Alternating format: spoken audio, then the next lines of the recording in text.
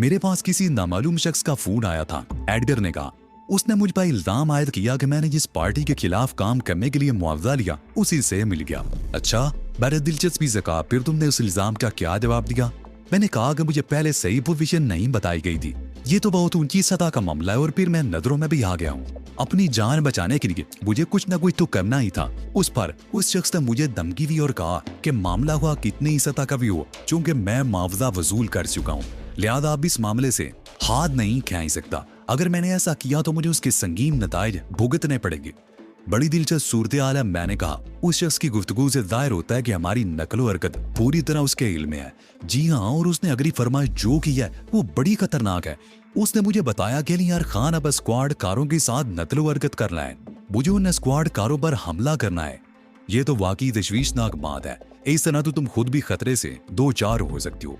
मैंने उससे यही कहा, जिसके जवाब में उसने कहा कि ये काम तो हर कीमत पर होना है। उसने ये भी जताया कि मुझे पहले ही कई गुना ज्यादा मुआवजा अदा किया जा चुका है। तुमने उसे कोई हतमी जवाब दिया या नहीं? मैंने एडगर से पूछा। मैंने ये कहकर इनकार कर दिया कि मुआवजे की रकम वापस की जा सकती है, मगर उसने मुझे सोचने की मोहलत दी है। वो मुझे दोबारा फोन करेगा। ये बहुत अच्छा हुआ, अब उसका फोन आए तो तुम हामी भर लेना, मगर उससे भी ये कह देना कि तुम्हें क्योंकि मेरे बारे में इल्म नहीं था, लिहाजा मैं कहा हूं मेरी निशानदेही कर दी जाए। ये आप क्या कह रहे हैं जनाब? एडगर ने हैरत से कहा। मैं इतना मखदूश कदम नहीं उठा सकता। जो मैं कह रहा हूं तुम्हें वो ही करना है, मैंने कदरे सल्की से कहा। इससे आगे मेरा काम है।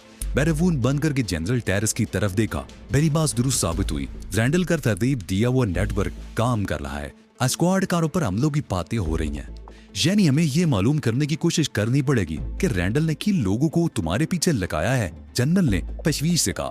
अगर हमने इस किस्म का कोई कदम उठाया तो उसमें फंस कर रह जाएंगे और रैंडल का मकसद बुरा हो जाएगा। वो इस चक्कर में आगे मेरी तवज्जो उसकी तरफ से हट जाए तो फिर तुमने क्या सोचा है? मुझे बेकअप का सहारा लेना पड़ेगा। वो मेरी तलाश में हाथ पैर मारते रह जाएंगे। तो बस इतना करो कि बेंसडले को टेरेस बेल तलब कर लो। ओहो, जनरल ने ऊंट सिकोड़े। गोया अब तुम बेंसडले के बेकअप में काम करोगे? क्या किया जाए, मजबूरी है, लेकिन अपना वादा मत भूल जाना, कैथी बरोथ ने मुझे टोका। रैंडल से निमट नहीं, तुम्हें अपना वादा पूरा करना होगा। अब इतना खौफजदा भी बात करोगे मैं रैंडल को छोड़ने पर मजबूर हो जाऊं। मैंने हंस कर कहा, तहजीब इतनी बुरी तो नहीं है। कैथी ने आंखें निकाली और मैं गड़बड़ा गया। बात ये नहीं है मैंने कहना चाहा, मगर बूढ़ ने मेरी बात काट दी। तो गोया शादी वाली बात सच्ची थी और तुम दोनों इस बात को मजाक करार दे रहे हो। बेवकूफ आदमी, मैंने झिंझलाकर कहा। कैथी ने यकतरफा तौर पर यह बात कही थी। इस बार मैं तुम लोगों को छोड़ूंगी नहीं, कैथी ने कहा। बहुत अरसा तुम लोगों को बर्दाश्त किया है, जब वक्त आएगा तब देखेंगे, मैंने बेपरवाही से कहा और बात खत्म हो गई। मैं रात 2 बजे के बाद सोया था और सुबह 7 बजे के करीब मुझे उठा दिया गया था। टेरेस महल के टेली प्रिंटर पर पेरिस से पैगाम मौसूल हो गया था। मैं ये ताकीद करके सोया था कि अगर कोई पैगाम हो तो मुझे उठा दिया जाए। मेरे साथ तहजीब भी उठ गई थी। मैंने फ्लैक्स पर सरसरी नजर डाली। वो एक मखसूस कोड में था और ये भी मेरी हदायत के मुताबिक था। मैं जल्दी से हाथ मुंह धोकर आया और टेरेक्स के पैगाम को डी कोड करने बैठ गया। तहजीब मेरी कुर्सी के अकम में खड़ी मुझे काम करते देख रही थी। मुख्तसर सा पैगाम था जिसे मैंने 10 मिनट के अंदर अंदर डी कोड कर लिया था। उस पैगाम के मुताबिक रैंडल के पास ना तो फ्रांस की शहरियत थी और ना ही किसी पासपोर्ट ऑफिस से उस नाम के किसी शख्स को पासपोर्ट जारी किया गया था। तुमने देखा, मैंने तहजीब की तरफ मुड़कर कहा। रैंडल जाली पासपोर्ट पर किस तरह दंदनाता फिर रहा है। हाँ, तहजीब ने इस बात में सारी लारा, लेकिन उसके पासपोर्ट के बारे में फ्रांस से तफ्तीश करने का ख्याल किसी और के ज़हन में कहाँ आ सकता था। उसकी ये सबसे बड़ी मजबूती थी तहजीब, और हमारी राह की सबसे बड़ी रुकावट भी यही थी। उसके सानो गुमा में भी नहीं होगा कि मैं इस हद तक आगे भी जा सकता हूँ। अब तो ये साबित हो गया कि रैंडल को सिफारती तहफ़्फ़ुज़ हासिल नहीं है। अब तो उसके खिलाफ डायरेक्ट एक्शन होना चाहिए। नहीं तहजीब, एक्शन तो उसके खिलाफ जरूर लिया जाएगा, मगर अभी नहीं। हमें तहम्मुल का मुजाहरा करना होगा। लेकिन अली, तुम मुझे ये नहीं बताओगे तो तुम्हारा मंसूबा क्या है? तहजीब ने कहा और मेरे होंठों पर मुस्कुराहट उभर आई। मंसूबा बहुत सादा सा है जाने अली। यह रिपोर्ट जो मुझे भिजवाई गई है, यही रिपोर्ट गोटेल में फ्रांसीसी सिफारत खाने को भी भिजवाई गई होगी। मैं इंस्पेक्टर बेंसडले के बेकअप में अब सिफारत खाने जाऊंगा और वहां के किसी जिम्मेदार फर्द से मुलाकात कर से उनसे दरख्वास्त करूंगा कि फिलहाल इस मामले में खामोशी इख्तियार की जाए। कहीं ऐसा ना हो कि सिफारत खाने से बात बाहर चली जाए। उससे क्या फायदा होगा? तहदीब ने पूछा। रैंडल बेखबर रहेगा और हम अपने मंसूबे पर काम करते रहेंगे। मेरे ख्याल में तो अब किसी मंसूबे वगैरह की जरूरत ही नहीं रही, हम उस पर बराह रास्त हाथ डाल सकते हैं। तहदीब ने कहा। किस जुर्म में? मैंने बड़ी मासूमियत से कहा और तहदीब मुझे घूरने लगी। क्या अब भी सवाल की कोई गुंजाइश बची है बाकी? नहीं बची होगी, मैंने बेपरवाही से कहा, लेकिन अगर उसे यूं आसानी से पकड़ लिया गया तो मजा नहीं आएगा। तुम बताते क्यों नहीं कि आखिर तुम किस चक्कर में हो? तहदीब ने तेज लहजे में कहा। जिस चक्कर सिर्फ रैंडल का है, इसमें कोई लड़की तो मुलव्वस है नहीं जो तुम्हें तशवीश हो रही हो। अगर हो भी तो मुझे क्या? तहदीब ने रूठे हुए अंदाज में कहा। मेरा तुम पर कोई ऐसा हक तो नहीं है जिसके तहत तुम्हें रोक सकूं। और वो जो कैथी बरौन कह रही थी, मैंने शरारत अमेज लहजे में कहा, उसके बारे में क्या ख्याल है? कैथी बरौन तो अहमक है। तहदीब ने वसीले लहजे में कहा। ख्वामुखा तुम पर दबाव डाल रही है। मैंने उसे मना भी किया था मगर वो नहीं मानी। वो तो हम दोनों पर दबाव डाल रही है। मैंने हैरत से कहा, सिर्फ बुलबारी तो दबाव नहीं डाल रही, उसे ऐसा नहीं करना चाहिए था। तहदीब ने अपनी धुन में कहा। मैं किसी भी शख्स को उसकी मर्जी के खिलाफ कोई काम करने पर मजबूर करने के खिलाफ हूँ। हर शख्स अपनी मर्जी के मुताबिक जिंदगी बसर करने का हक हासिल रखता है। और उस शख्स के बारे में क्या कहोगी जिसने अपनी जिंदगी को किसी दूसरे की मर्जी के मुताबिक डाल लिया हो? मैंने कहा। तहदीब ने चौंक कर मुझे देखा। उसे अहमक कहते हैं इसलिए कि तुमने मुझे असल मौजू से पटका दिया है। बात हो रही थी उस मंसूबे की जो तुमने रैंडल के लिए बनाया है। सच्ची बात बताऊं तहदीब, मैंने दफारन संजीदा होते हुए कहा, मंसूबे के खतोखाल मेरे दिन में वादे नहीं है। उसका इन्हिसार रैंडल पर है। मालूम नहीं वो क्या कदम उठाता है, बस मैं पूरी तरह तैयार हूँ। रैंडल जो भी कदम उठाएगा मुझे उसका तोड़ करना है और मुनासिब वक्त पर उस पर जरब लगानी है। ये जो कुछ मैं कर रहा हूँ ये सब तो बेश बन गया है। मेरा क्या है, अब तुम सच बोल रही हो? तहदीब मुस्कुराई। मैं झूठ कब बोलता हूँ? मैंने मासूमियत से कहा और तहदीब हंसने लगी। तुम इतनी सादगी से झूठ बोलते हो कि बड़े बड़े धोखा खा जाएं। अब तक बैंसले जहां पहुंच चुका होगा, मुझे उसके रूप में फौरी तौर पर काम शुरू कर देना चाहिए। रैंडल को कम से कम मौका मिलना चाहिए, कहीं ऐसा ना हो कि वो हम पर सबकत ले जाए। ठीक 9 बजे मैं फ्रांसीसी सिफारत खाने में दाखिल हो रहा था। कुछ टॉप सीक्रेट का मामला है, उसने मुतजस्सिस अंदाज में कहा। यही समझ लो। उसने मुझे सफीर की सेफ्टी के कमरे में भेज दिया, जहाँ एक बार फिर मुझे इस किस्म के सवालों जो आपका सामना करना पड़ा। और अगर 15 मिनट बाद सफीर साहब मुझे मिलने पर आमादा हो गए, मगर उन्होंने मुझे सिर्फ 5 मिनट का वक्त दिया था। सफीर ने खासी सर्दमोरी का मुजाहरा किया, लेकिन जब मैंने उससे रवा फरासी में गुफ्तगू शुरू की तो उसकी सर्दमोरी में तराड़ें पड़ना शुरू हो गई।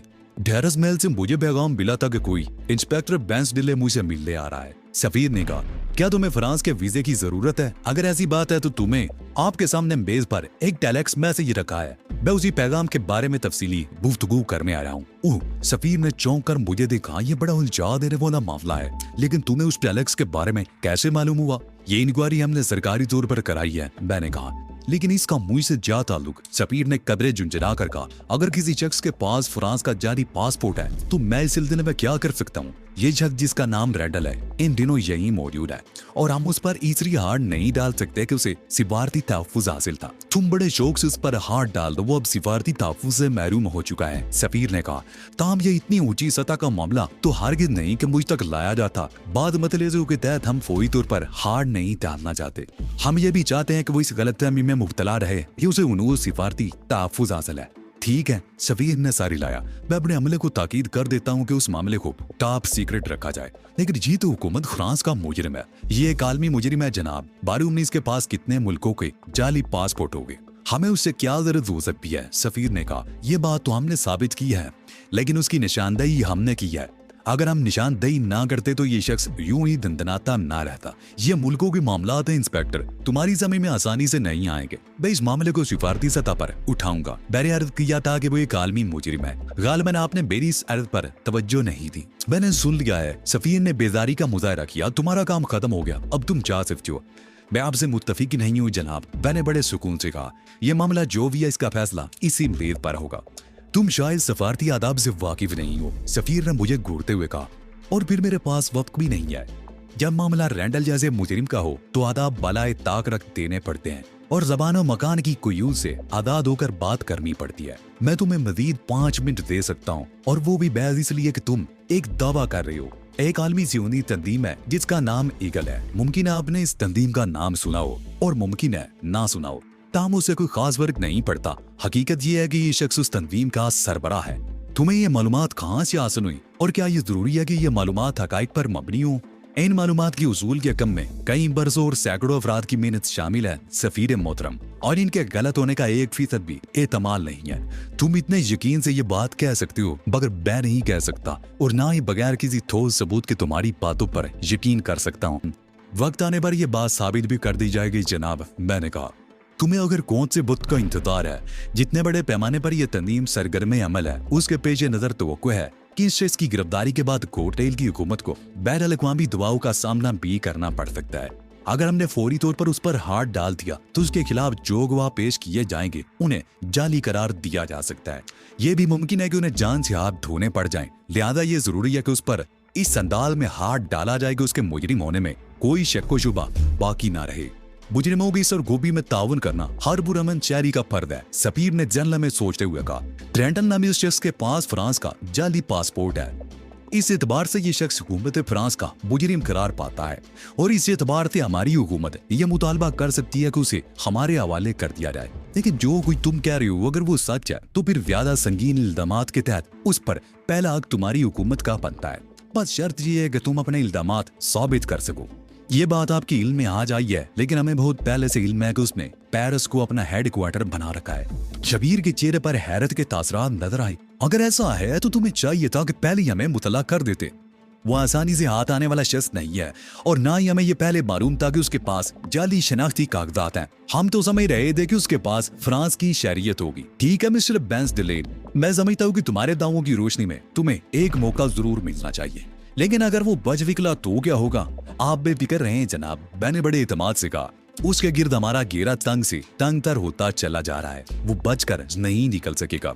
मैं सफीर से कमरे से निकला तो उसकी सेक्रेटरी ने खासे मुतजस्सिस अंदाज में मुझसे पूछा, आप पूरे 20 मिनट अंदर रहे हैं जबकि आपको सिर्फ 5 मिनट दिए गए थे। हाथ उठाया सफीर, मुझे कुछ जजा नहीं। मैंने मजे का अंदाज में कहा, अगर उसकी जगह कमरे में तुम होती तो कम से कम 1 घंटा जरूर कमरे के अंदर गुजारता। वो खिलखिला कर हंस पड़ी। मैं समझ गई उसने शौकी से कहा, जरूर कोई ऐसी अहम बात है जो आप मुझे बताना नहीं चाहते। अभी तो मुझे एक और जगह पहुंचना है। मैंने घड़ी की तरफ देखते हुए कहा, किसी वक्त फुर्सत से तुम्हें डिनर पर मदऊ करूंगा। शुक्रिया मोसियो। उसने मुझे एक दिलकश मुस्कुराहट से नवाजा। मैं आपकी दावत जरूर कबूल करूंगी। तिबेटियन और क्लारा बहुत मुस्तरिब है, टैदियन ने मुझे बताया। पुरसों से किसी ने उलटकर उनकी खबर तक नहीं दी। उन्हें मुस्तरिब रहने दो और उनसे कहो फिलहाल अपनी हिफाजत खुद करें। लिहाजा मुझे तवक्को नहीं कि इस मौके पर उन्हें किसी किस्म का खतरा लाक हो सकता है। सफीर क्या कहता है? जनरल ने पूछा। मैंने उसे रैंडल की हकीकत से आगाह कर दिया है, लेकिन उसे मेरी बातों पर यकीन नहीं आया। ताहम वो मुझे एक मौका देने पर तैयार हो गया। उसे तो फिर भी तुम्हारी ख्वाहिश का एहतराम कर लेते हैं, मगर तुम कभी दूसरों की ख्वाहिश का एहतराम नहीं करते, कहती बरोन ने कहा। ये मत भूलो कि इस वक्त तुम इंस्पेक्टर बेंस डिले से मुखातिब हो, मैंने बारोबाद में कहा। बात उड़ाने की कोशिश मत करो, शक्ल बदल लेने से आदमी नहीं बदल जाया करते। मैंने रात से अब तक बहुत गौर किया है और इस नतीजे पर पहुंचा हूं कि दूसरों की ख्वाहिश का एहतराम किया जाए या ना किया जाए, मगर किसी के जज्बात से नहीं खेलना चाहिए। इस फलसफियाना जुमले का क्या मतलब हुआ? कहती बरोन ने तेवरियों पर बल डालकर कहा कि तुम मुझ पर कोई इल्जाम तो नहीं आयद कर रहे? ओहो, एक तो तुम बहुत जल्द बदगुमानी में मुबतला हो जाती हो। मैंने हंस कर कहा, मेरा रोयल सुखम तुम्हारी तरफ हरगिज नहीं था। जब तुम सीधी सादी गुफ्तगू करने की बजाय इशारों और किनाइयों में बात करते हो तो गलतफहमियों का पैदा होना लाजमी अमर है। बात तो तब ये कि इशारों और किनाइयों में से असल मतलब बरामद कर लिया जाए। गलतफहमी में तो हर शख्स मुबतला हो सकता है, गलतफहमी में मुतला हो जाना कोई कमाल तो नहीं है। तुम देख रही हो, कहती ने शिकायती अंदाज में दहदीब से कहा। अली मुझे किस कदर परेशान कर रहे हो और तुम एक लफ्ज भी नहीं बोल रही। भाई मैं तो खुद इस मामले में एक फरीक हूँ। दहदीब हंसकर बोली, मैं ना तो अली की तरफ बोल सकती हूँ और ना तुम्हारी तरफ। अब फरीक होने का ये मतलब तो नहीं है कि आदमी एक गलत बात देखकर भी चुप रहे। तुम कम अज कम गलत बात पर किसी को टोकने का हक तो रखती हो। मैं तुम्हें समझाने की कोशिश की भी थी, लेकिन तुमने ही कौन सा मेरी बात मान ली और हर बार वही जिक्र निकाल कर बैठ जाती हो। मैं खूब समझ रही हूँ, तुम दोनों असल में एक ही हो। जो कोई चली कहेगा वही तुम भी कहोगी, फर्क सिर्फ अल्फाज और अंदाज का होगा। हम ये चाहते हैं कि हम हमेशा एक ही रहें। मैंने शरारत अमेज ज़ाहिर में कहा, ये ना हो कि हमारे दरमियान भी वैसी खरीद पैदा हो जाए जैसे तुम्हारी और जनरल के दरमियान। अरे तुम अपनी बातों में मुझे क्यों घसीट रहे हो? जनरल ने आंखें निकाली। देखा मैंने जल्दी से कहा, यानी तुम्हारी बातें अलग हैं और जनरल की औलाद, जबकि मैं और तहदीब एक ही हैं। इस मामले में तो जनरल भी मेरे हमनवा हैं, कहती ने फखरिया अंदाज में कहा। क्यों जनरल? भाई ख्वाहिश तो मेरी भी यही है कि इन दोनों के दरमियान फासले अब खत्म हो जाने चाहिए, लेकिन जब ये लोग राजी नहीं है तो कोई और क्या कर सकता है। हमने इतने अरसे ये मामला इन दोनों पर छोड़े रखा, इन्हें चाहिए था तो दूसरों को अपनी तरफ उंगली उठाने का मौका ही ना देते। पर जब इन्होंने हमें मायूस किया तो मजबूरन मुझे दखल अंदाजी करना पड़ी। कैथी ने कहा, इस दखल अंदाजी के चक्कर में तुम सरहदों के बहुत अंदर तक घुस आई हो।